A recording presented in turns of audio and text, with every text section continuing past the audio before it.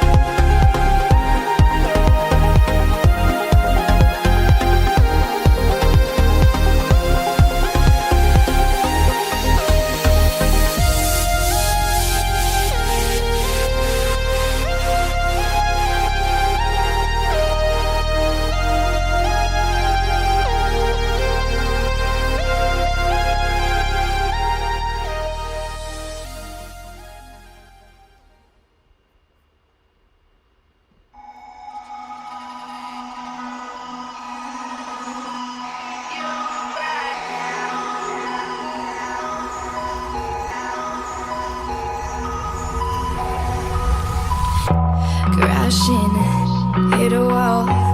Right now, I need a miracle. Hurry up now, I need a miracle.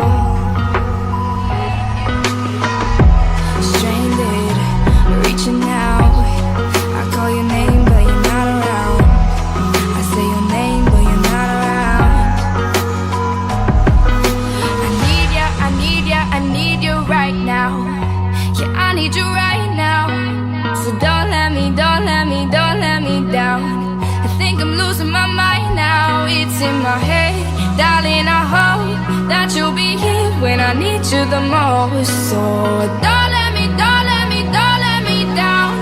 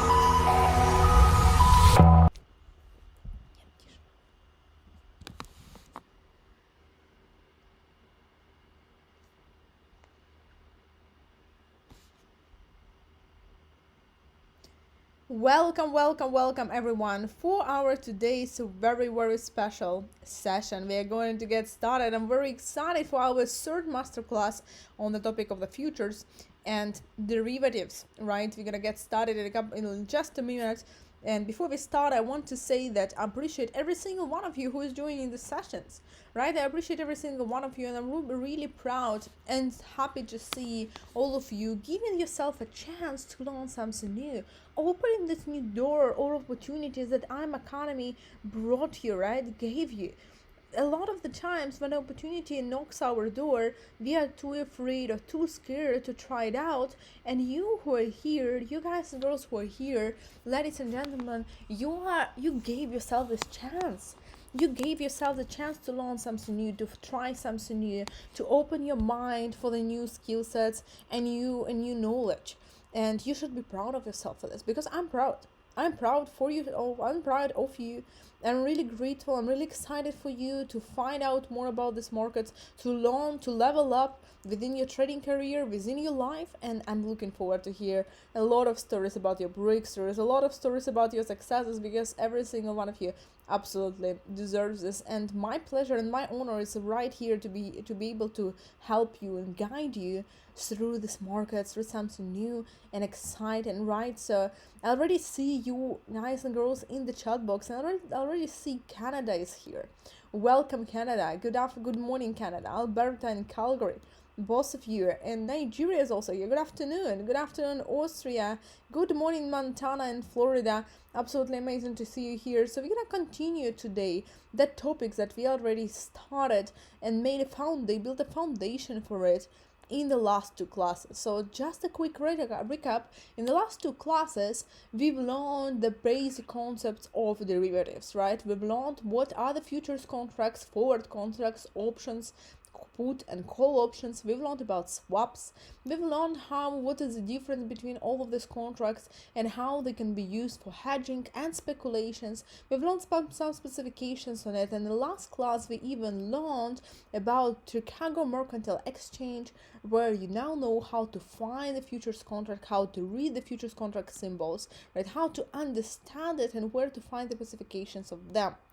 So what we're gonna do today, we are going to learn how is the actual value of the futures contract measured, right? Because to be able to trade the asset, in the first place, what we need to know is to know how to manage our risks correctly.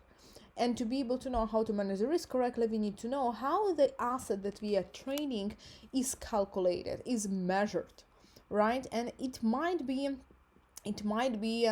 a little bit confusing in the beginning because the value of futures contract will not be measured in the same way as, for example, forex market or currencies or CFD indices, right, or commodities. But my goal today on this call is to make it clear for you. It's not going to be a long class, but it's going to be a very informative class on this specific topic. So let's get started, right? So how is the value of futures measured? Well, we see 1,000 in front of us. Well, if you were observant in the past couple of classes, when we opened the Chicago Mercantile Exchange, and you can also open it up in front of you and pay attention to how the value of futures contract is described. If you're observant, you probably will notice that there is a lacking currency sign.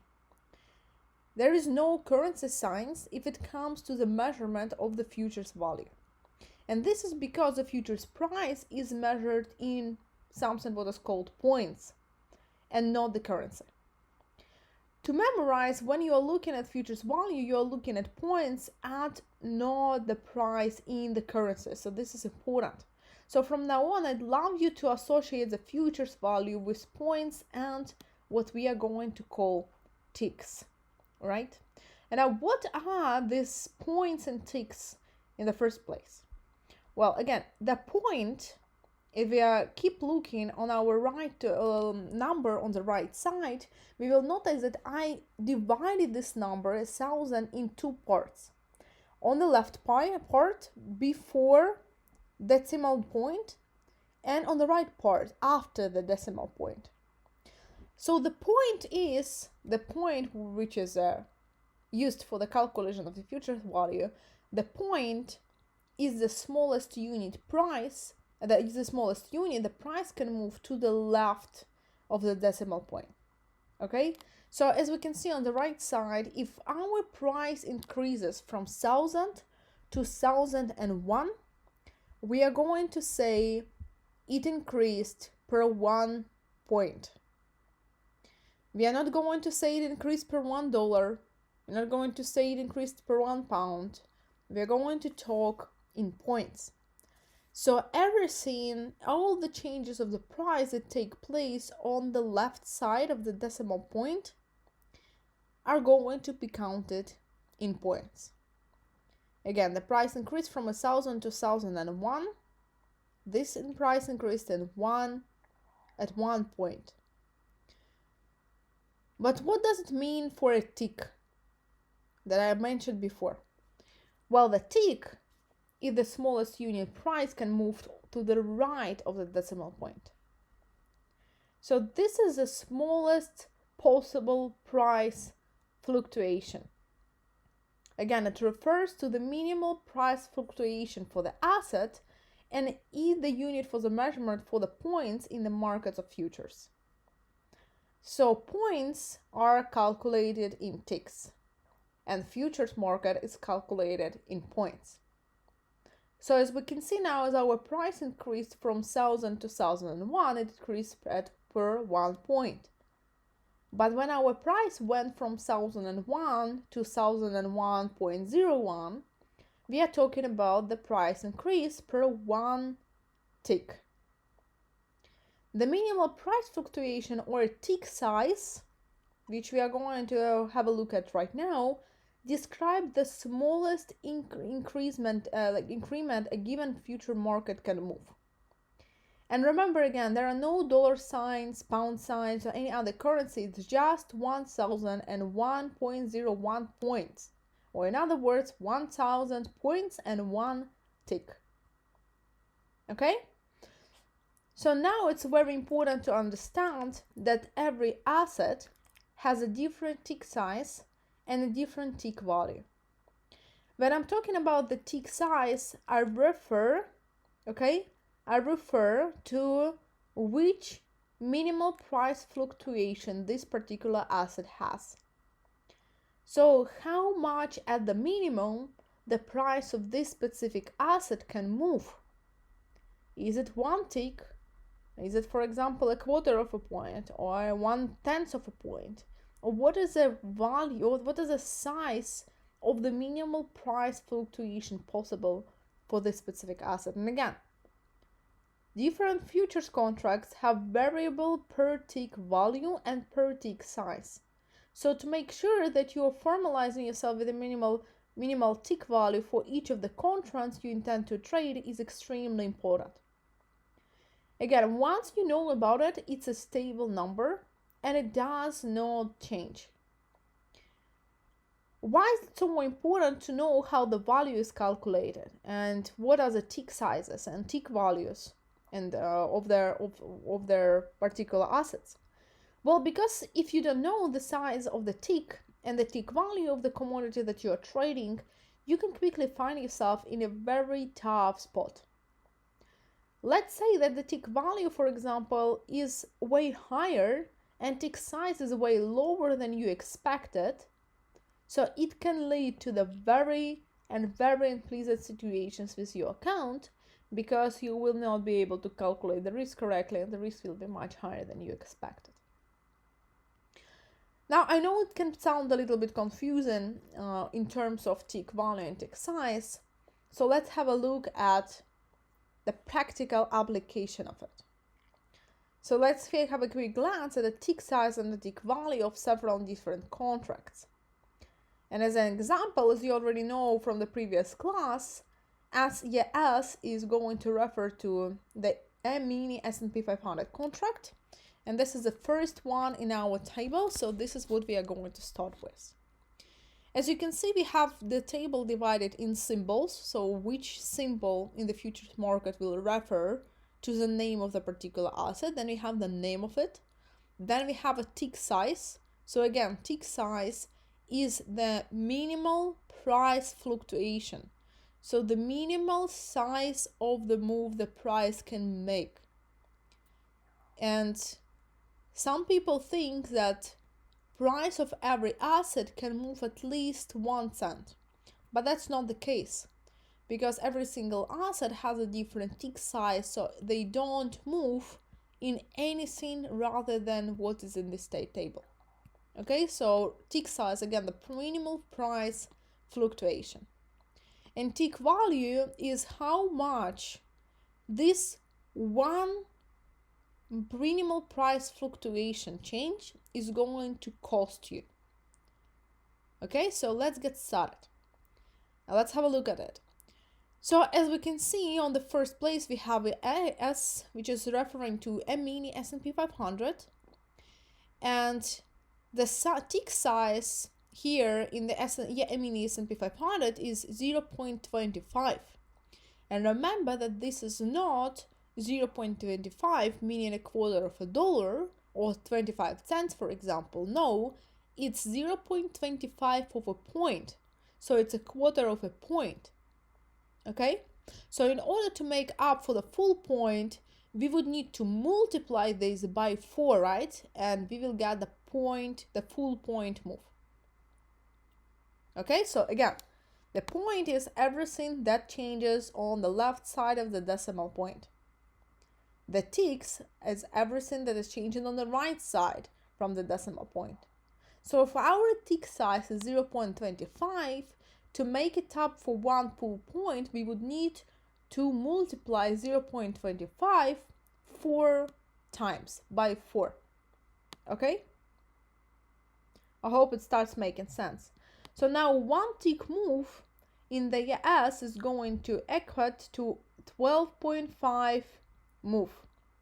If you are trading 1 full contract, $12.5. So every time you see the price of E-mini S&P 500 move up or down 0.25 points, you know that this means it's a $12.5 move. Therefore, again, to get the value of 1 point, we need to multiply 12.5 by 4. So a full 1 point move in price of E-mini S&P 500 is going to worth 12.5 multiplying by 4, and it's going to refer to $50 if you are trading 1 contract. That means a 1 point move in the AS is 12.5 times 4, which means that the full point move in the AS is equal to $50 gain or loss on your trading account. Okay? I know it can sound a little bit confusing in the first place, but remember that you can ask questions in any time in the chat box. So anything you need to ask, please go to the chat box and ask any questions, because I'm going to come back to them and make sure that everything is clear and understandable. So the same thing is going to apply for in case of NQ, which stands for our Nasdaq 100. And in case of E-mini Nasdaq 100, the tick size is also 0.25 points, so a quarter of a point. But this time the tick value is $5 instead of 12.5 as for E-mini S&P 500. However, don't let it fool you. Despite the tick value being lower than for ES, NQ still moves faster and more volatile than ES. Okay? So the tick value does not mean that the asset is slower or the asset contains less risk. No, it doesn't refer to that. So again, how much is 1 point move worth for price of E-mini Nasdaq 100? To be able to find a value of 1 point move, we again need to multiply $5 by 4. And then we are going to get 20, and you know that every change at 1 point move of E-mini Nasdaq 100 is going to cost $20. Up or down, gain and loss on your trading account. Let's now take another example. Let's keep E-mini Dow. Here you have an example of it, right? Because it's one tick size is 1 full point for E-mini Dow. So their tick size is exactly 1 point. So let's keep that. It's gonna be easy. So you know that the change in price of E-mini Dow Jones, right, is going to cost $5 every single time the price changes by 1 point. But let's now skip to CL, which stands for our crude oil. A tick in crude oil would be 0.01 point. So there are 100 ticks in 1 point move for crude oil. Again, why? Because 1 point is 1.00. So to get 1.00, we need to multiply 0.01 by 100 times. So there are 100 ticks in 1 point. Okay? So you know, and a tick value of crude oil is $10. So now you know that it means that if the price of crude oil moves only 0.01 point, so 1 tick, it's going to cost you $10. And if the price of crude oil changes by 1 full point up or down, it's going to worth $1,000 if you are trading one contract, because again, we are multiplying it by 100 ticks to get a full point. So 1 point move for crude oil is going to cost us $1,000. Let me know in the chat box if you need me to write down these calculations so it can be easier for you to understand this. Let me know in the chat box if this is clear for you, or you would love to calculate it together to be able to find out how to calculate it more precisely. Now we have some questions. Would the tick size of value depend on the broker you're using? No, Hasser. No, Hasser, it does not, because it's a standard contract. Now we need to forget about the Forex market, and we need to forget about the lot sizes. There is no lot size, there is one full contract that we are trading. Okay, there's one full contract that we are trading. Now let me make it another way. Let's find the calculations. Let's make calculations together.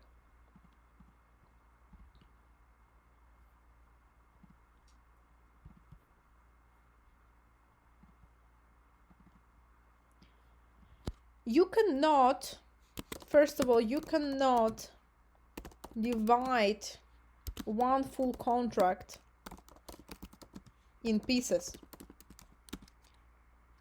In futures market, you can only trade a full contract or several contracts at the same time. Therefore, example on YS. Again, let's talk about YS. The tick value, the tick size of YS is 0.25 points. Tick value is $12.5. So every move for 0.25 for a YS costs $12.5. This is a standard contract. This is a standard contract. You can trade 2 contracts at the same time. You can trade 5 contracts, 10 contracts at the same time, but you cannot trade less than 1 contract at the same time. Okay? So if price of YS changes by 1 point, okay, 1 point for S&P 500 is 4 ticks. So 4 ticks there is in every single 1 point for YS, S&P 500 futures. So if price changes, for example, right, for 1 point increase in prices or change in price of YS is going to cost us 12.5 multiplying by 4, and that's going to be $50. Let's say the price changed by 5 points.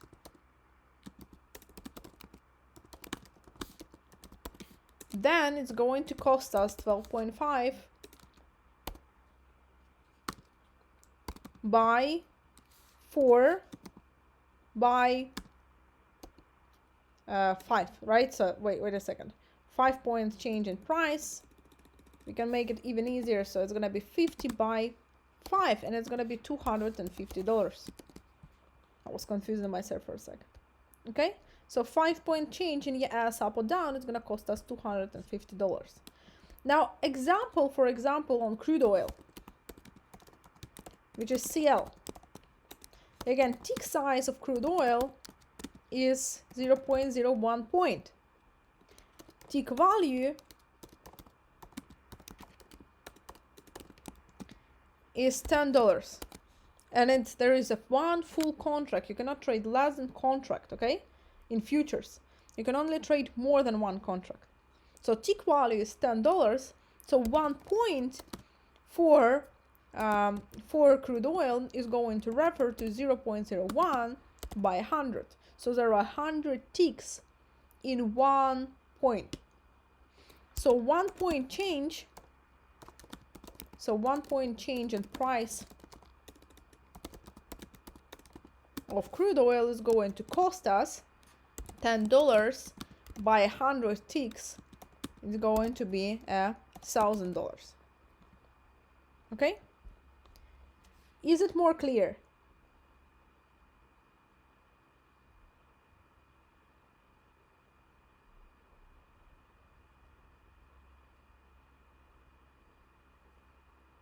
Is it more clear? Let me know in the chat box if this is more clear now.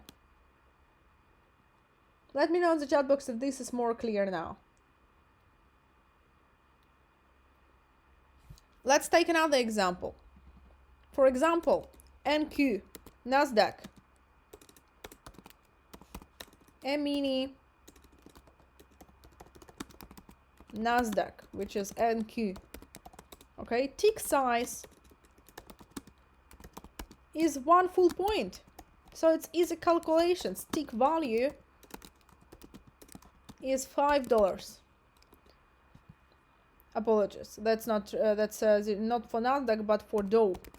Because for Nasdaq, it's going to refer to almost the same for YS. So let's take a Dow as an example. So tick size is 1 point. Tick value is $5.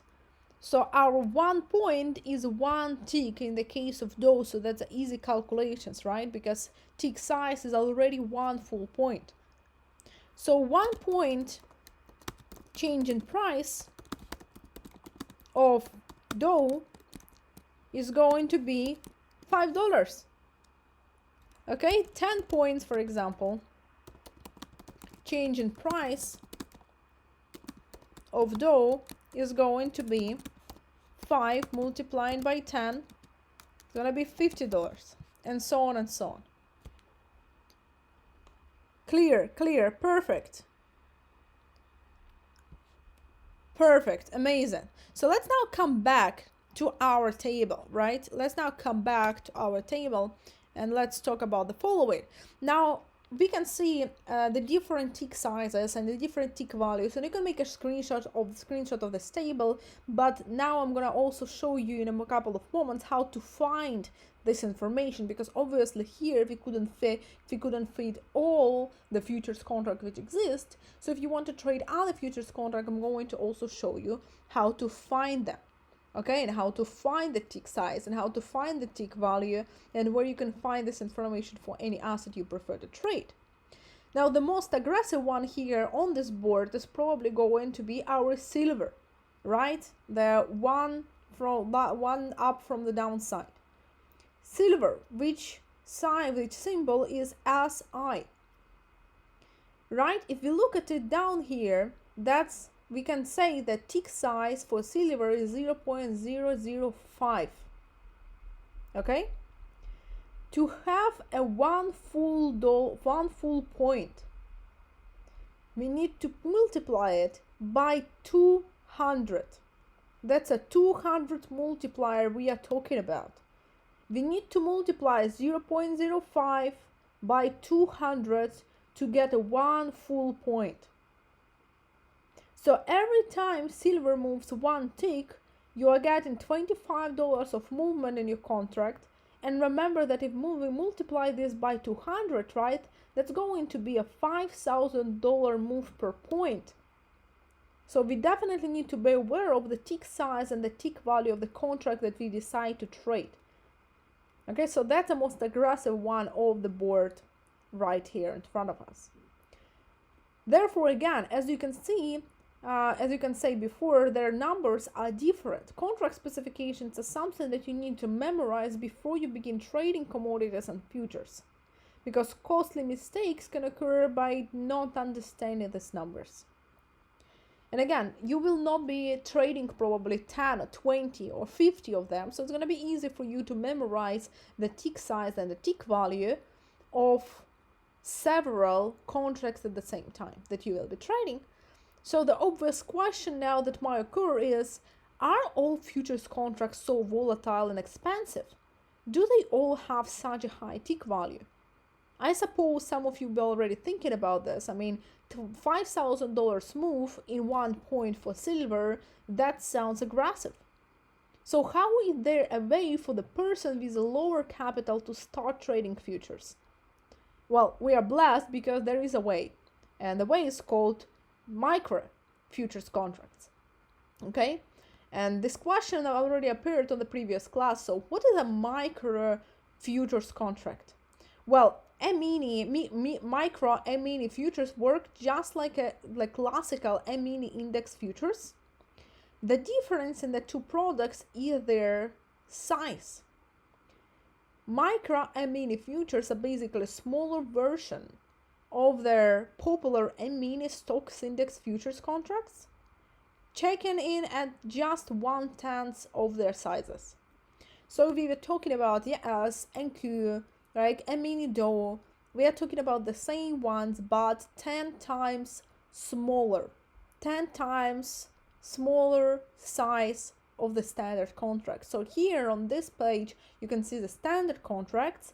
Now on this page we can see their values of the micro contract futures contracts. So it's basically the same exact contract. They work in exactly the same way. They have their expiration dates in exactly the same moment as a standard contract, but the value of them is 10 times smaller. which makes it more accessible for people who are want to start with a smaller capital or want to try it out, and they don't want to dive deep into the standard contracts right away, and they want to build their confidence and trading system and the understanding and the skill set on the micro contracts.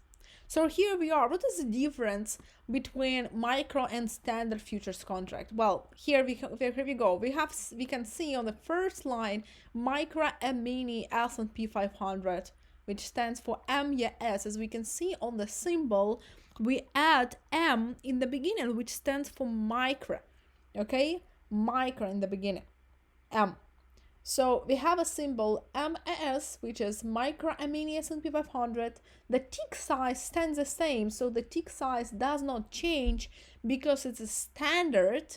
Okay, for every single contract, the tick size doesn't change. What changes is a tick value. So we can see that the tick size refers to the same exact size. It is 0.25 points, but the tick value is $1.25 instead of 12.5. As we can see, it's 10 times smaller. The same will refer to micro and mini NASDAQ. Tick size stands the same at 0.25 points, but the value is only $0.5 instead of 5 full dollars. So again, 10 times smaller than the standard contract. The same is going to refer to micro and mini DOE. The tick size stays the same, it's 1 full point, and the tick value is going to change to 0.5. And the micro gold, another contract that also exists, the tick size of the micro gold is 0.10, which doesn't change from the standard gold contract, but the tick value is only $1 compared to the $10 on the standard gold contract, futures contract. Okay, so how to calculate, right? Let's say, for example, how to calculate the risks of the micro and mini S&P 500, because we just took it as an example to calculate the moves on the standard and mini S&P 500 contracts. So what about the micro ones? Well, let's again open up the empty page to make it clear and understandable. Again, what about MAS? So the micro and mini S&P 500 contract. Well, the tick size is the same. It's 0.25 points, but the tick value is 1.25. $1.25 instead of 12.5. So now let's say that 1 full point in micro and mini futures contract is already 1.25 multiplying by 4, and it's already 10 times smaller because it's only $5 move. So every 1 point change in price of micro and mini S&P 500 is only $5 instead of 50. So if the price changes, for example, by 20 points, it's going to refer to 5 multiplied by 20, $100, and not 1,000 as for standard as a minimum S&P 500 contract. Okay, so this is an option for, if you want to try it out, if you want to start with, with a contract, futures contract, and you want to start with a micro, there is definitely a way for this. And I feel like a lot of people are getting discouraged to learn futures contracts because they think they need a big capital for this. But in the end of the day, if you trade with micro futures contract, you can start as small as $500, for example, in your account. And this is precisely how much we would need to start trading CFD indices or commodities, right? Or subtypes of other assets on the more normal Forex market. So it doesn't change with the starting capital if we refer to micro futures contracts. Now the question is, what if we want to trade other futures contracts? How do we find their tick size and their tick value? Well, for this precise purpose, we have our 10yeargrip.com website. As we talked about on the previous class, CME Group stands for the world's leading derivatives marketplace, so the biggest derivative marketplace in the world. And here we can find the information about the futures contract, most of the futures contract that exist and are available for trading. So how do we find the tick size and the tick value of them to be able to trade them? Well, in the first place, we need to go to markets. Again, here on the top, we will have the featured products. And on the side, the second place, we will be able to browse the products by the groups. And if you want to find other products, we want to click all products here. And it's going to open the full board, the full list of the futures and options that exist and are available on cmegroup.com. Let's say, for example, again, how would we find yes if I would not give you the precise word in the screenshot way? Well, we are going to type yes, and we are going to see the E-mini S&P 500 futures here. We're going to click on it, and the website is going to open up the page with specifications of E-mini S&P 500. Again, on the left side, we find the Globex code we've learned how to read on the previous class. And now we are going to open the page with the overview, but what we need standardly, right? It's going to open the page of overview, but what we need specifications. So to find every tick size and tick value of every contract, we need to click on specifications right here. Once you click on specifications, make sure that you are on futures, because this is what we trade, right? Unless you want to learn option, then option there are. But once we are on futures, what we see is we go down here and we will find what it says, minimal price fluctuation. And this is going to let us know that the minimal price fluctuation for S&P 500 is 0.25 index points. And the value of it, the tick value, is $12.5. This is how you would find it if you would just not have it prepared on the screenshot. In the same way, we will find another case, another market. So let's take, for example, let's say we want to trade corn. Okay, let me click on corn. We open specifications of the corn futures contract. We go down here and we will find that the minimal price fluctuation for corn is 0.02025, and the size and the value of it is $12.5. The same is going to happen if we go, for example, to, let's say, natural gas. Natural gas Globex code stands for NQ and NG. And again, we open specifications, and once we are in specifications, we will find again the minimal price fluctuation, and we will find that the minimal price change, so the tick value, the tick code value is 0.00025, and the cost is $2.5. So the size of the tick is 0.00025, and the value of it is $2.5 for the natural gas futures contracts.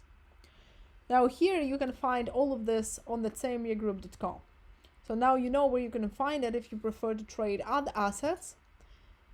So the question that still is here: how do we practically calculate the potential profit loss on our trading accounts, right?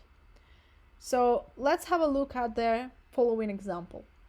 On the right side, we have example of the screenshot that I took, and I made it very easy because I took the round numbers to make it specifically easy to be able to calculate it with you. So let's say that our price of S&P 500 futures increased from $38.99 to $39.89. Okay, just like on the screenshot. And let's imagine that our starting point, the calculation, is $38.99, and then the price went to 39.89 and we exited the trade. Now, in our case, if we are trading the standard E-mini S&P 500 futures, our tick size is 0.25 as we already know. Tick value is 12.5 as you already know. So let's calculate how many points did the price move. So by how many points did the price of E-mini S&P 500 change? Well, it changed for 39.89 minus 38.99, and it's gonna give us 90 points. So in price increased per 90 points for E-mini S&P 500 futures. To calculate how many ticks are in 90 points, we need to multiply our points amount by 4, because in case of E-mini S&P 500 we have 4 ticks in every single point. So we take 90, we multiply it by 4, and we will receive 360 ticks. So our price increased by 360 ticks. You can also see it on the screenshot on the right side, because I put the measurement right there, the measurement tool, to make it easier. But you can also simply calculate, and I want you to know how to calculate it, because if you will be trading for 5-10 years, again, something might change, and by this class I want to give you the foundation of how to calculate the value of the points, to be able to know it, and to be able to work with it in any circumstances. Now, how much in value, right, if we would trade a one full standard contract of E-mini S&P 500 futures, if the price would increase by 360 ticks, we're gonna multiply it by $12.5, and we will know that this is a move that cost $4,500. So the value of this move is $4,500. Okay? Now, another example is the Micra E-mini S&P 500 futures. So again, let's say that our price of E-mini S&P 500 futures increased from 39.09 to 39.73. We are going to find out that the price increased by 64 points, because the difference between 39.09 and 39.73 is 64 points. Now, how many ticks are there in 64 points? Well, again, we take 64 and we multiply it by 4, and we will find out that it's gonna give us 256 ticks. What is the value of this price increase in case of Micra E-mini S&P 500 futures? Well, we know that the tick value of Micra E-mini S&P 500 futures is $1.25. So we take $1.25, we multiply it by 256, and we will receive $320, which is much more doable in case of the smaller sizes of the accounts and the smaller deposits. And I want to tell you that the average stop loss, for example, for E-mini, like Micra E-mini S&P 500, is around, let's say, 40 to 45 ticks. So you can calculate that it's not that much, and we will be able to, start with the smaller accounts if you want, again, to give it a try. Okay? So this is a calculation of how to calculate the profit and loss in case of the standard futures contracts and the Micra futures contracts. Now, if you have any questions, please let me know in the chat box. The purpose of today's call, again, the purpose of today's session was, and we've learned today, what are points, what are ticks, right? How the price of the futures contract is measured, how to calculate the potential profit and loss, and where to find all the specifications for every single futures contract that you might prefer to trade. So if you have any questions, please do let me know in the chat box about them. And we are going to answer a couple of questions. We're going to make sure that you have all the answers to your question that needed. And on the next class, what we are going to do, on the next class, we are going to talk about the margins, margin requirements, fees, and the rest of the quotes that you can find on Transfer Marketing Exchange website. So we are going to finish off the topic with the margin with fees, right, with necessary information that you need to know to be able to open the futures account and to be able to start trading different futures. What are the differences between trading futures intraday, overnight, over the weekend, right? So all of this we are going to cover within the margin requirements on the next session. And again, if you have any questions, please let me know in the chat box about it. I see already one question, right? I think I see already one question that was referent to the options. Let me find this question again. And okay, here we go. Trading Alchemist is asking, is there a time decay as with option contracts? Yes, there is a time decay for the options, because time decay is a natural reductions in an options price, right? As an expiration date is approaching.